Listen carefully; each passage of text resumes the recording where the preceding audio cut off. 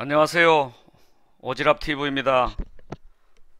추석 명절은 잘 보내셨습니까? 금년 추석은 계절보다가 한 20여일 빠르다고 합니다.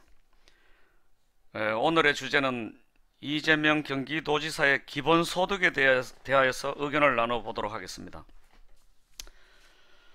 앞서 이재명 지사의 고등법원 판사의 오판으로 인해 지지자들 사이에 엄청난 분노가 들끓었죠.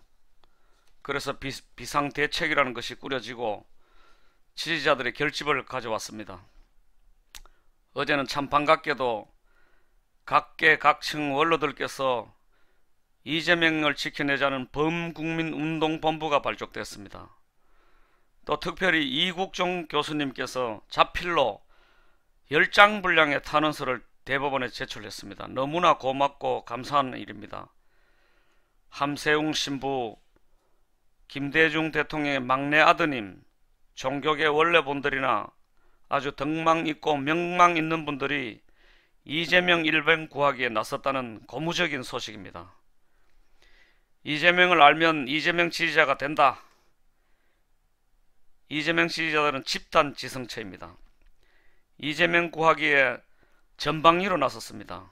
경기도의회 의원님들, 시군 의회 의원님들 아주 속속들이 성명을 발표하기 이릅니다. 아주 더 많은 분들이 계속해서 이재명 지켜내자고 나설 것으로 기대가 많이 됩니다. 아주 들불처럼 일어나고 있습니다. 그리고 기분 나쁜 소식도 어제 있었습니다.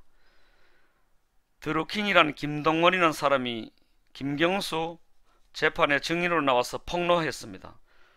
물론 이재이다, 이관계다, 믿지 못한다, 증거가 없다 그렇게 말을 많이 합니다만 그래도 그냥 넘어가기에는 좀 구린 데가 있습니다. 어찌됐든 이재명 죽이기에 실체가 조금씩 드러나고 있다고 저는 그렇게 믿고 있습니다. 이것을 이 지사가 즐겨 쓰는 말로 사필기정이다.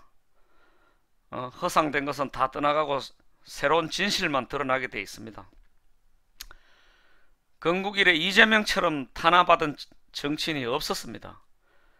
과거 김대중 대통령이나 노무현 대통령은 상대당, 반대당에서 가진 탄압을 받았지만 이재명 지사는 반대당이든지 자신의 당이든지 무차별 음해와 마타동어 당한 이런 정치인 역사 이래 없었습니다.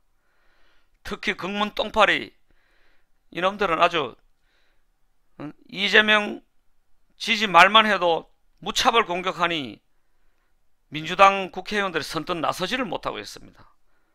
그래도 정의로운 그런 국회의원들이 많이 나와서 좀 이재명 지사에 대해서 좀 지지 발언도 해주고 그랬으면 좋겠습니다. 왜냐? 아직까지는 부엉이들이 실세거든요. 명년에 총선에 공천 못 받을까봐 겁을 많이 내는 거죠. 하지만 그래도 용기 있는 박용진 의원님, 금태섭 의원님 같은 분들이 용기 있고 진정한 정치인입니다. 옳은 소리 할 줄 알아야 이 정치인 아니겠습니까? 네, 기본소득에 대해서 이재명식, 이재명표 기본소득에 대해서 말씀드려 보겠습니다. 한 3년 전쯤이던가요? 영국의 경제지 가디언지라고 있습니다. 전 세계 기본소득의 선두주자 4인 중에 이재명 지사를 선정했습니다. 성남시장 시절 3가지 아주 작은 복지정책을 시행했었습니다. 24세 청년배당, 무상교복, 산후조리원 무상입니다. 말도 많았죠. 퍼퓰리스트니 자신의 인기 위주로 돈을 퍼준다는 비난을 아주 많이 받았습니다. 결국은 어떻게 됐습니까? 대성공을 함으로 오늘날 다시 경기도에서 실시하고 있습니다. 연 4회에 걸쳐서 25만원씩 지역에서만 쓸 수 있는 지역 화폐를 지급합니다. 이것을 보편적 복지정책이라고 합니다. 다시 말해서 지역화폐를, 상품권을 그 지역에서만 쓸 수 있도록 합니다. 유흥업소, 노래방, 대형 마트, 백화점 이런 데는 사용할 수가 없습니다. 오직 재래시장, 주유소, 카센터 등에서만 사용할 수 있도록 한정해 놨습니다. 허탄한데 쓰지 마라 이 말이죠. 또 대기업으로 돈이 빠져나가는 것을 조금 막는 의도도 있지 않겠습니까? 돈이 서민들의 지갑에 머무르게 하는 방법이 되겠죠. 제가 어느 날 이재명식 복지정책을 홍보 차원에서 집안 70이 넘은 형님에게 이런 말씀을 드렸더니 형님 이재명이 지 돈 주는강? 참 설득하기가 곤란했습니다. 한 방 얻어맞았죠. 복지제도에 대한 이해가 전무하니 당연히 그리 말하겠죠. 내 세금 뺏기는 거 아닌가 그렇게 생각하겠죠. 국민이 낸 세금을 아껴서 국민들에게 돌려주는 거라고 말씀을 드려도 이해를 못합니다. 그럼 지역화폐가 돌고 돌아서 한 5회 6회 돌아다니다가 현금화 된다고 합니다. 제가 직접 확인을 안 해봤습니다만 성남시에는 빈 점포가 별로 없다는 소리를 들었습니다. 아주 작은 미미한 복지 정책인데도 그렇답니다. 경제란 돈의 순환 논리입니다. 소비를 촉진시켜서 국민들의 가처분 소득을 높여주는 것이 정치인, 경제인들이 당연히 해야 할 몫입니다. 3년 전 민주당 내 경선 때 이재명 지사는 이렇게 말했습니다. 내게 일할 수 있는 권한을 달라고 유권자들에게 호소를 했습니다. 살림살이란 가정살림이나 성남시의 살림이나 국가살림이나 크고 작고 차이지만 원리는 별반 다르지 않다고 생각합니다. 이재명 지사는 살림살림을 똑 부러지게 했죠. 천재 행정가, 행정에 대해서는 아주 천부적으로 타고나 보는 것 같습니다.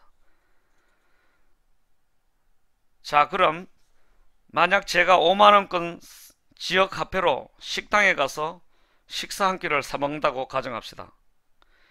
제가 지급한 지역화폐를 식당 주인은 받아서 쌀도 사야 될 것이고 부식도 사야 될 것이고 또 그걸 부식 사장님은 또 그 화폐로 다른 데가 재료를 또 살 것입니다. 그래서 그 지역에 돈이 돌고 돌게 되어 있습니다. 소득을 높여주죠. 일석이조 3조 되는 것입니다. 한국 시장 경제는 대기업 빨대 구조입니다. 자, 빨대 구조가 뭔가? 대기업에서는 심지어 골목 상권까지 장악해 버렸기 때문입니다. 편의점, 24시 편의점, 골목마다 다 들어와 있습니다.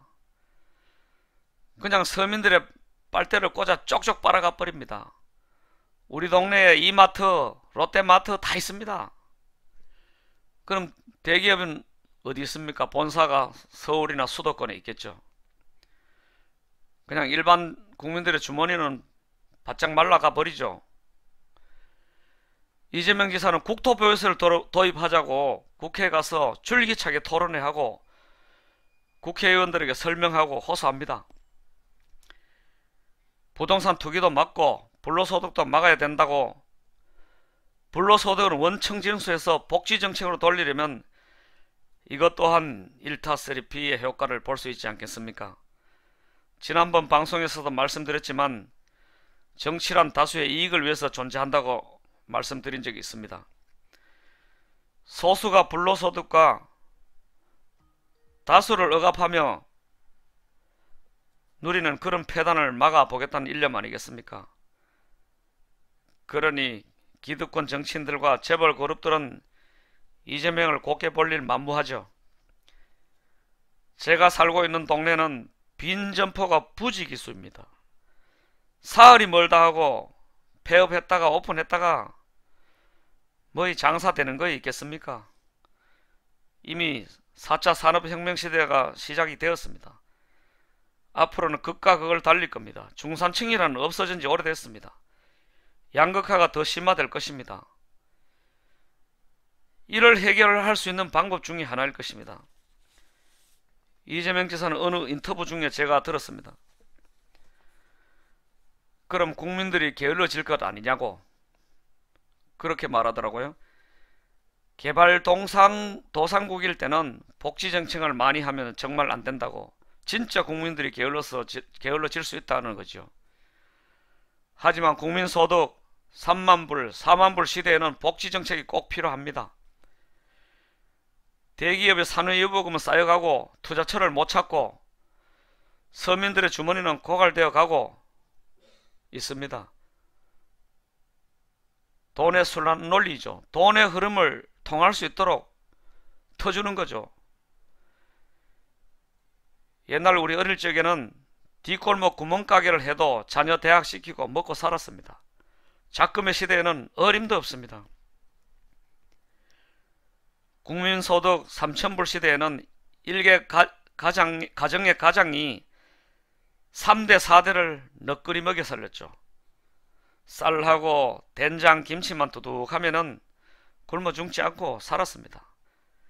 하지만 오늘날 이 시대는 자신이 혼자 먹고 살기도 벅찹니다. 다수의 국민들이. 3만불, 4만불 시대면 뭐합니까? 10수년 또는 20년 전만 해도 자신의 아내 정도는 생활 현장에 뛰어들 정도이지만 이제는 내 자녀들까지 알바로 내몰린 지 오래됐습니다. 여러가지 복합적인 요소가 있겠습니다만 이재명은 복지정책이라는 아젠다를 국민들과 정치권에 이미 던져놨습니다. 이 지사의 또 어느 인터뷰를 본 적이 있는데요. 이렇게 말했더라고요. 나는 왜 가난하게 힘들게 살까? 내가 게을러서가 아니다. 제도를 바꾸면 된다는 것을 깨달았다고 합니다.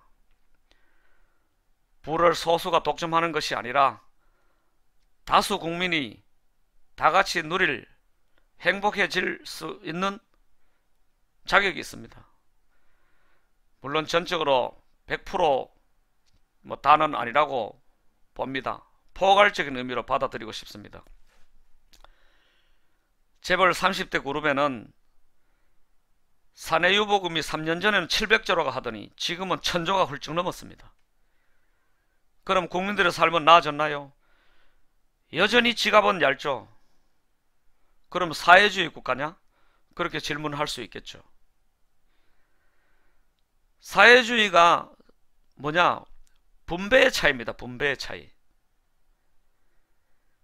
우리들은 과거에 군사 독재 정권 시대 사회주의 하면은 벨기에로 몰려가 잡혀가서 고문당하고 죽고 그랬습니다. 그래서 대부분 국민들은 사회주의라고 말하면은 빨갱이로 봅니다. 그렇지 않습니다. 북유럽은 거의 다가 사회주의 국가입니다. 정치는 민주주의, 제도는 사회주의 국가입니다. 북유럽 사람들은 정치인이나 재벌들에게 불만이 없습니다. 왜냐? 공정하고 공평한 사회이거든요. 그들의 행복지수는 대륙별을 볼 때 단연탑입니다. 그럼 북한은 뭐냐? 사회주의도 아니고 공산주의도 아닌 그냥 김일성 일가의 군주제도, 그냥 일가의 독재의 나라라고 보면 됩니다. 그럼 우리나라는 뭐냐? 아직까지도 그렇습니다. 민주주의를 참칭하는 일당 독재의 나라입니다. 요 15년 20년 사이에 민주화가 많이 되는 건 사실이지만 아직도 갈 길이 멉니다. 지금도 대통령의 권한으로 현직에 있을 동안에는 막강한 권력을 행사할 수 있습니다. 자, 그럼 아직 시행되고 있지 않지만 이재명식 기본소득제를 시행한다면 제가 살고 있는 대구광역시에서는 정확한 수치는 아닙니다만 연 국민들에게 100만원이라는 기본소득을 지급했을 때 약 1조 8천억 원이 대구광역시에 머물러서 지역경제에 막대한 이익을 줍니다. 저도 얼마 전 추석 시장 장 보러 대형마트에 가서 장을 봐왔습니다. 대기업 마트나 백화점에 매출이 올라갑니다. 하지만 지역 사람들의 인건비 일부만 지역에 남고 대부분 자금은 대기업 서울 본사 근거로 들어가 버립니다. 그래서 아까도 제가 말씀드렸습니다만 대기업 빨대 구조라고 말씀드렸죠. 어찌됐든 내가 쓴 돈은 지속적으로 우리 지역에 돌고 돌아야 우리들의 가계소득, 가처분 소득이 올라갈 것 아닙니까? 이재명식 기본소득 제도가 도입된다면 미국의 루즈벨트 대통령 때 대공황을 맞았죠. 이른바 루즈벨트의 뉴딜 정책이 대성공을 거둔 적이 있습니다. 이처럼 이재명식 기본소득제가 시행된다면 루즈벨트 뉴딜 정책에 버금가는 제도가 될 것입니다. 루즈벨트의 뉴딜 정책이 뭔지 여러분들이 인터넷 검색을 해서 한번 찾아보시기 바랍니다. 아무튼 오늘 여기까지 하겠습니다.